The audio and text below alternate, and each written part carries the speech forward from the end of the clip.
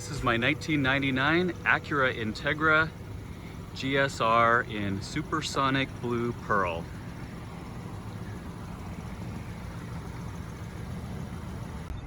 This Integra is the most recent addition to the collection. I picked it up just recently on Christmas Eve 2019, and it was very much an impulse purchase and sort of a rescue effort. I could see the car had potential. It was a very rare combination in stock configuration, and it just belonged to somebody who didn't really appreciate it or know what it was.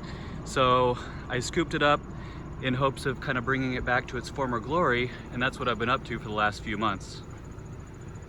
As far as prior history goes, I actually have kind of a cool backstory on this one, and I didn't get a lot of information with the car, so the history has been compiled from a series of investigative efforts on my part.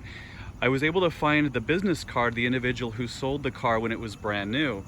Googled him, and he now does real estate.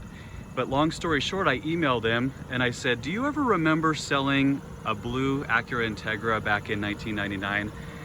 And he said, as a matter of fact, I do remember that car because it was a special order. And as he recalled, the car was originally sold to the son, the 18-year-old son of someone who worked in the film industry. So that was kind of cool to piece that together. And then beyond that, I was able to get a hold of a great deal of records from a shop in Orange County, California that did some work to it in terms of modification. So this car, just like my other GSR, has a history of mods being done to it and then subsequently removed. I have to give a shout out here to my friend Will from Osaka Club Racer. He hooked me up with this really awesome Integra license plate that you see here. I'm just rocking it for the photo shoot temporarily. Now, one thing that's a little bit interesting about this Integra is that its past isn't squeaky clean. This car actually had an attempted theft at some point in its history, and as a result, it has a cluster change, and some of you called that out on some of my recent videos. The cluster in this car is out of an Integra Type R. So I'll show that to you, and I did a bit of research on my end to calculate whether the mileage was anywhere near accurate. I've determined that it's about 10,000 miles short. So the car, well, it shows 136, actually has about 146, which is why I'm gonna put the mileage in quotes in the video title. So along with that, there was some damage to the cluster itself, which is why it was replaced, as well as to the ignition. So for this car, I'll turn it off and show you, I have two different keys.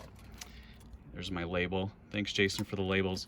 So one key is for the doors. I marked it with a silver Sharpie for D, and one is for the ignition. So a little bit different. You know, you got to do what you got to do. And I was happy to get the car, even though it has that kind of history. Let me show you guys under the hood, because that's where I think this car really shines. Introducing the B18 motor. This is completely stock, unlike most of the Integras that you see around nowadays. Has a whole bunch of recent maintenance done to it. And it's just about as clean as you can get underneath here.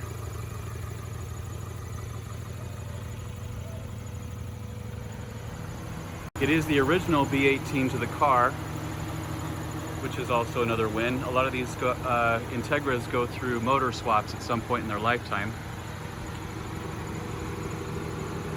On the interior, there's some typical wear and tear that you see on a lot of these Integras, like the delamination here in the door panel. I'd like to get a factory set of new in the box floor mats, but for right now, these ones do the trick.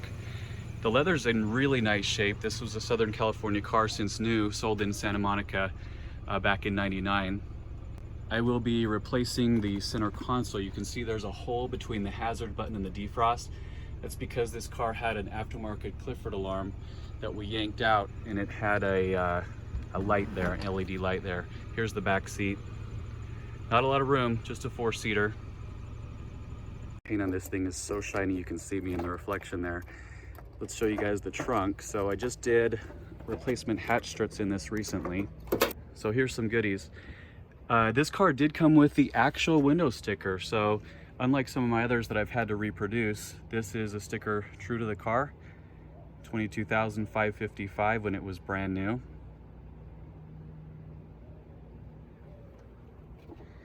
There's my maintenance records book. I've put quite a lot of effort into digging up, like I said, information on the backstory of the car, even though I initially didn't get it with very much.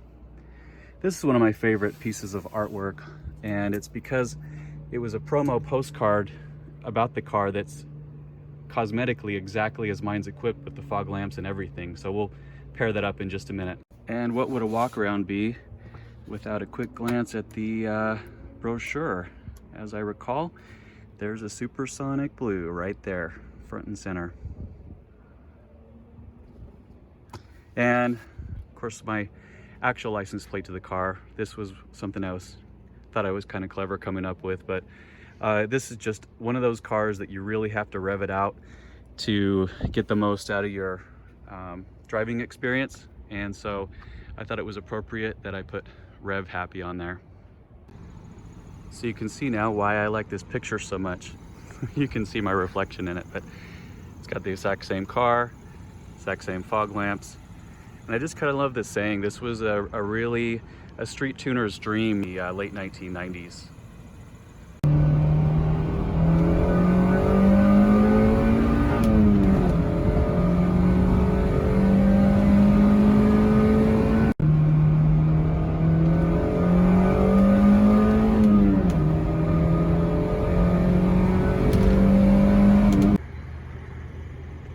The body and paint on this thing are just about as good as you can get for a 21-year-old car.